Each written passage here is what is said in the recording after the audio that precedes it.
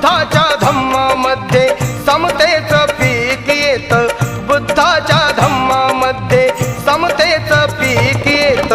प्रज्ञाशील करुणेनं जीवनाचं सोनं होत, प्रज्ञाशील करुणेनं जीवनाचं सोनं होत।